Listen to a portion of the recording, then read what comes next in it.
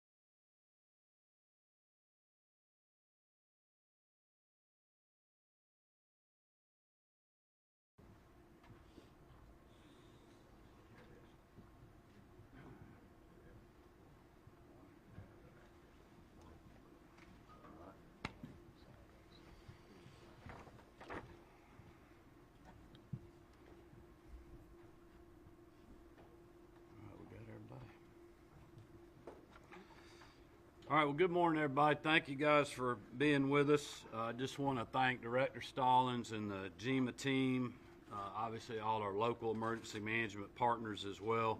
We got Commissioner McMurray and Georgia DOT here with us today, Lieutenant Colonel Kendrick Lowe, Department of Public Safety, Georgia State Patrol, Commissioner Walter Raven, Department of Natural Resources. His team is out and about, standing by, getting ready to respond with chainsaw crews and other things if needed. Just wanted to give you a quick update on what we've done already to prepare for this winter storm. Yesterday, as you know, I issued the state of emergency for the entire state that runs through January 28th. We'll obviously be fluid on that if needed. The executive order does the same things that we did a week or so ago. Authorizes up 250 members of the Georgia National Guard if needed. Lets DOT get to treating roads and things that they've been doing since Sunday.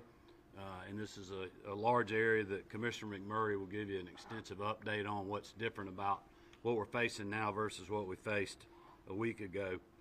Also, to help them be able to move around easy and easily deploy other state assets, we closed state offices, including Capitol Hill today, giving most of our managers and team leaders discretion on whether to open or not, depending on where they are in the state, but just trying to keep people off the roads, let all our folks that we need to be available to focus on preparation. So we got that going on. Also, GEMA and Director Stallings will give an update to close us out, but we're in constant local contact with the EMAs and coordinating with a lot of state agencies, not just on snow and ice and participation, but also things like rural water as to freezing pipes and other things. We've got local warming stations are active, and then also obviously our utility partners are standing by in case we have power outages and other things.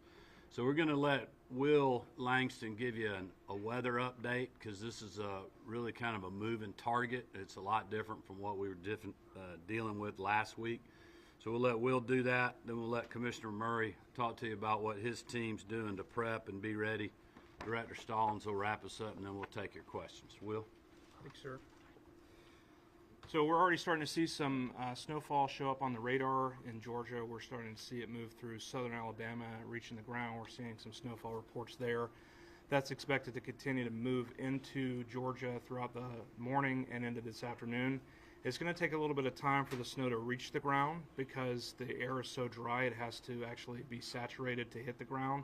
So we could be seeing it on radar throughout the day, but it might take a couple hours or so to actually reach the ground. But once it does so, it could start to accumulate quite quickly, and road conditions could deteriorate pretty rapidly this afternoon as it moves in. There's a winter storm warning in effect for all of central and south Georgia. Counties under the winter storm warning could receive up to 5 inches of snow this afternoon and evening. And then parts of North Georgia, including all of Metro Atlanta, are under a winter weather advisory. That is for up to 2 inches of snow this afternoon and evening. Anywhere that we see snowfall accumulate, we could see, like I mentioned, roads deteriorate very quickly because the air temperatures are going to be near or below freezing and ground temperatures are just above freezing. That snow could melt and then instantly refreeze, similar to past weather events that we've had in the state. So I'd encourage you to stay off the roads this afternoon and evening if at all possible. Because the temperatures tonight are going to be so cold, anything that sticks today is going to stick around tonight and tomorrow. We're going to get a lot of sunshine tomorrow, which hopefully will help to melt and dry what falls, but it's not going to be very much above freezing, so we could see these impacts lingering through Thursday morning as well. This could be a multi-day event. It is a statewide event. We're not typically used to seeing snowfall amounts like this in middle and south Georgia. We could see snow anywhere in the state, but the highest amounts are forecast to be in central Georgia and parts of south Georgia this afternoon and evening.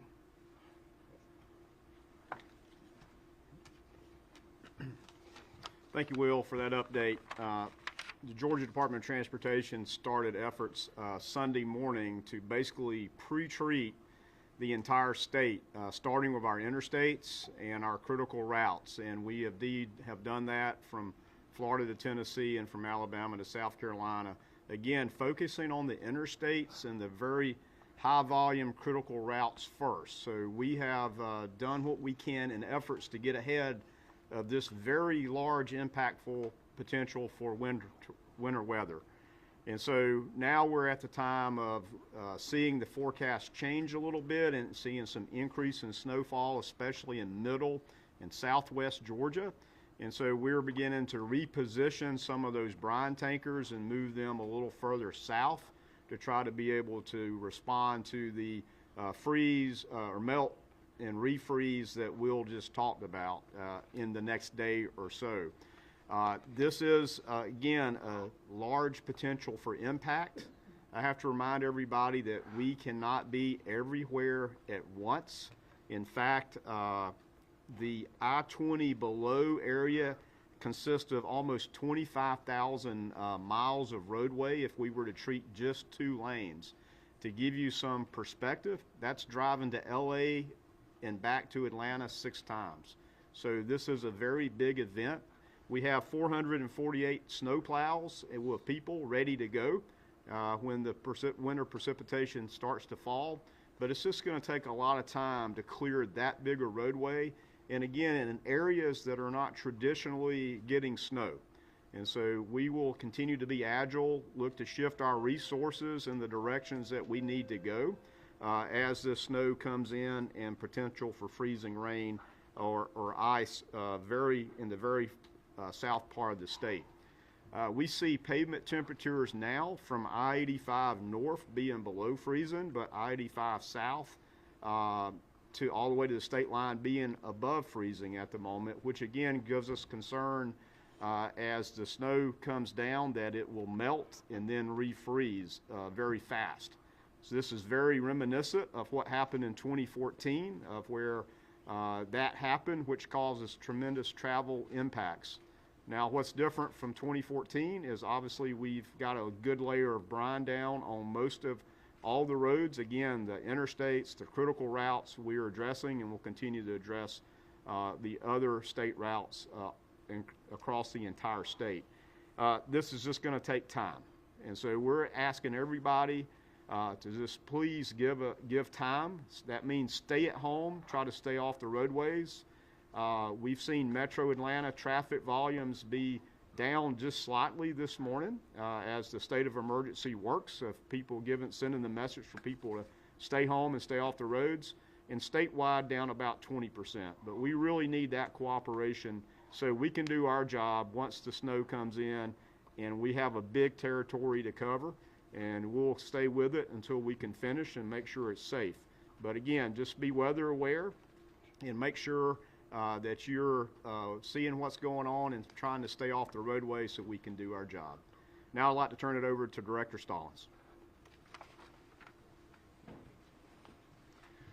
Good morning. Thank you, Governor, Commissioner McMurray. It's extremely important that the Governor did declare the state of emergency early. What does that do for us? That gives us the ability to start pre-positioning. And so we put out a lot of assets. As Commissioner McMurray mentioned, we learned some lessons from 2014. Some of those were getting assets closer to the area, the impacted area, but also taking, you can't get behind a storm like this. We mentioned that last week, and it's extremely important for this event as well. But something else that's important to mention is that not only are we monitoring road temperatures, we're also monitoring ground temperatures. And currently right now, those ground temperatures, 4 to 6 inches under the ground, are just a few degrees above freezing. And so as this cold temperature settles, there's going to be a concern for water pipes under the ground. So make sure that if you are in your home, you get those pipes, get those faucets dripping. Go ahead and start that preemptive action. As we saw 2 years ago during Thanksgiving, when we have these extended periods of single-digit and teen temperatures, there's a lot of water pipes that are going to bust. It's going to be in the walls and things of that nature. So make sure that we continue to focus on that. Our critical patients are extremely important. Our sensitive communities. If you have loved ones that are up in age, keep an eye on them. If they lose power over the next couple days, that needs to be addressed quickly. So we've pre-positioned generators so that we can work with communities. We do have one report of death as a result of hypothermia from a critical needs patient that got outside last night.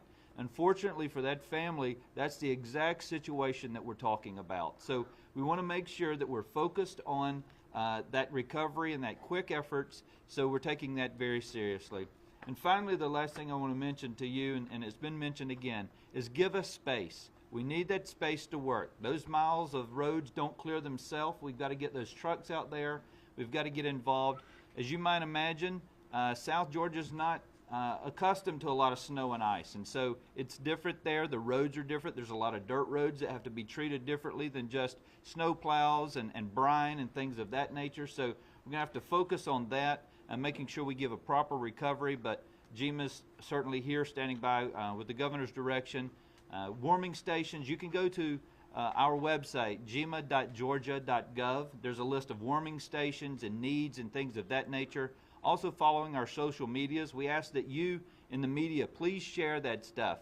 As you might imagine, this is, yes, it's a metro event, but your market's not necessarily covering everywhere that this is going to hit. So the more you share it, the more we can get the word out. So we appreciate the cooperation. Thank you, sir. Well, thank you, Director Stallings. We'll open it up for questions if anybody. This is the real deal. This is not a drill. This is what was forecast as being almost the worst case scenario is coming. Is that an accurate assessment? Well, that's one reason I wanted Will to go early in the press conference versus wrapping us up like last time, because I think this weather is so different from last time. We've got a much bigger area like we dealt with Hurricane Helene. You know, it's just a lot wider than most normal storms that we have. We also have the ability, the line, as Will talked about, when you think about from Columbus, Macon, Augusta, and then the Metro line, which is really kind of Atlanta to Athens and Gainesville. There's a big difference in those two lines. You're talking 4 to 5 inches in middle Georgia and below, and then a couple of inches in Metro Atlanta. But if those things shift just a little bit, it can create a lot of havoc. So us, like Commissioner McMurray was talking about, trying to prepare and trying to treat and then trying to respond to such a large area is going to be much different than we saw last week when we just had, quite honestly, some nice snowfall in Metro Atlanta. People stayed home and enjoyed that in the morning before things got really cold.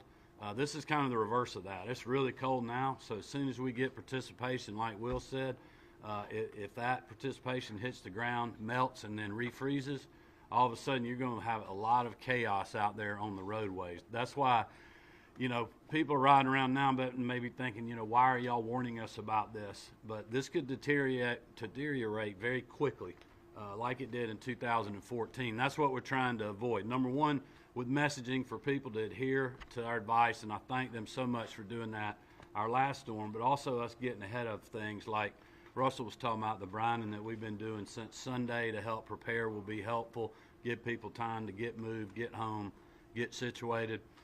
But if this thing hits like it looks like it's coming, and we do get, you know, 3 to 5 inches of snow in a Columbus, Macon, Augusta line, we're just going to have a big territory to be dealing with in rural parts of our state. And lastly, like was mentioned earlier, our local communities in that part of the state and south are just not prepared like people are in the metro Atlanta and up in the northern part of the state. So you've got exponentially more equipment than you had in 2014, right? But that fuchsia area on the map behind you is huge. Are we going to be spread thin in spite of all that new? Well, I can just tell you this: we're going to give it everything we got with everything we got. Arch. Governor Kemp, could you also talk about you mentioned about the population that are most at risk and what they need to know? People who are watching now, should they stay in terms of, I think it was the 4 Ps. Could you walk through people again, just so that they know how to be prepared, please? You want to talk about this? Or for Stallings, yeah, thank you. So, in preparation, thinking about the next couple days, you know, this is not a run on grocery stores. It's not a go buy all the bread, milk, and eggs that you can get your hands on event. This is going to be with us for 36, 48 hours. As I said in the last storm, most everything you've got in your house right now is fine. You'll be just fine. It's more about preparing yourself for the water freezing, your pets being outside, things of that nature. Also preparing your phones. Go ahead and charge those devices should you have a power outage. It's also important that you're thinking about a plan should you lose power. How are you going to warm? So go ahead and get blankets out.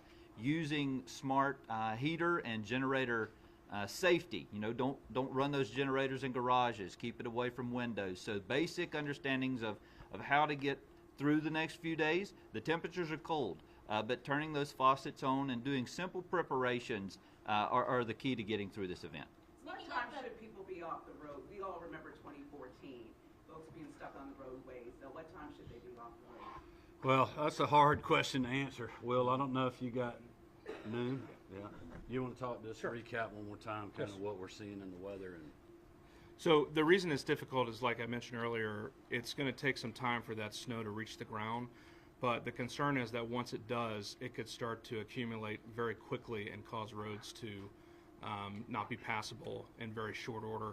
So I would say in the metro area and parts of middle Georgia, you probably want to be where you're going to be for a couple days by noon today, early afternoon at the latest, because we'll start to see things rapidly deteriorate this afternoon. Will the north edge, if you can estimate, the counties closest to Metro Atlanta, what do you think the north edge will be for that 3 to 5 inches you mentioned? So for the 3 to 5 inches, the winter storm warning area, so probably south of Metro, but you could get pretty serious impacts from just an inch or two, which is the winter weather advisory area. Right now, models are indicating maybe the I-85 corridor on the north and east side of town might be where that delineation occurs, but it's really difficult to forecast, and there's going to be a gradient. There will be a point where one county gets nothing and the next county gets an inch or two. It's very difficult because you're talking about maybe tens of miles between nothing and a lot. Speaking of we talked about potential for a power outage. Governor, has your office had any conversation with utility companies about a contingency and how to best, go after that if it happens? Well, that's why we do the early state of emergency. Director Stallings mentioned about that. The operations center's up. We got our team here. We're already in communications with our partners, Georgia Power, EMCs, our city electrics, local emergency management agencies, rural water. I mean, we're treating this like, any other storm we got. We're in touch with all our partners, all our private sector partners, all our resources, and, they're ready to deploy. I mean, they're thankfully, we have a battle-tested team, not only here, but also our utility partners are as well, and we certainly saw that in Hurricane Helene. When next could we see at the Atlanta airport, sir? I don't know who's more qualified to answer this, but we're already seeing up to 90-minute delays. A lot of folks leaving from the college football playoff. Can anyone talk about that? Well, I'm just glad this storm's coming midday, not this morning, to help get our visitors out of town. Great celebration last night for the college football playoffs, being back here for the second time in the CFP area. I haven't really heard a whole lot of updates from the airport. I mean, they're obviously used to dealing with winter weather as well. There's been a lot of logistical challenges with everything that was going on in Washington, D.C. yesterday. Certainly we're feeling that some here, but also from the playoffs. But right now I think everything's operational at the airport. I know they're doing just like we are. They're preparing, and they'll be ready, and then we'll just keep you guys updated when we're getting reports from them. Mr. Langston, what about first responders? When people are worried about making sure they can get an ambulance or someone out to help them, what is your message to those people? Yeah, that's a great question. I would say that's another great reason to stay off the roads today, because if you get in an accident, you might be hindering first responders from getting to where they need to go. So again, my message would be to try and get to where you're going to be for the next day or two by early this afternoon, and give the Department of Transportation the room that they need to do their work on the roads, but also stay off so that first responders can get where they need to be. I think there's a really good point there that we've talked about a lot is by people staying off the roads. If let's say we got tractor trailers that are having to move fuel or whatever else coming through the state, and they have an accident or experience something like we saw up on 285 in the last storm. We had very little of those last storm. In 2014, we had them everywhere.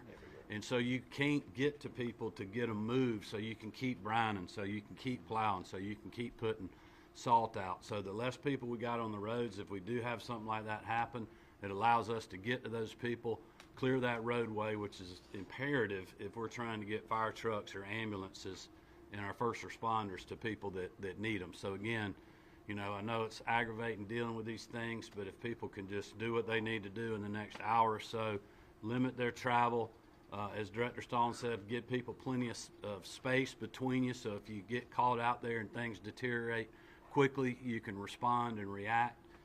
And let's just, hunker down for a day or so and get some sunshine and warmer weather back in here. Colonel, for those people who may unfortunately find themselves on the road, could you give us some basic driving tips? Well, during this time, we ask them to slow down and be patient. If they choose to get out and have to drive in this type of weather, we will have troopers and motor carriers out to assist motorists. If they get stranded out, we'll have them out to assist with motorists and work accidents if needed throughout the state. Thank you. All right, thank you guys. We'll keep you updated. Thank you, Governor. There.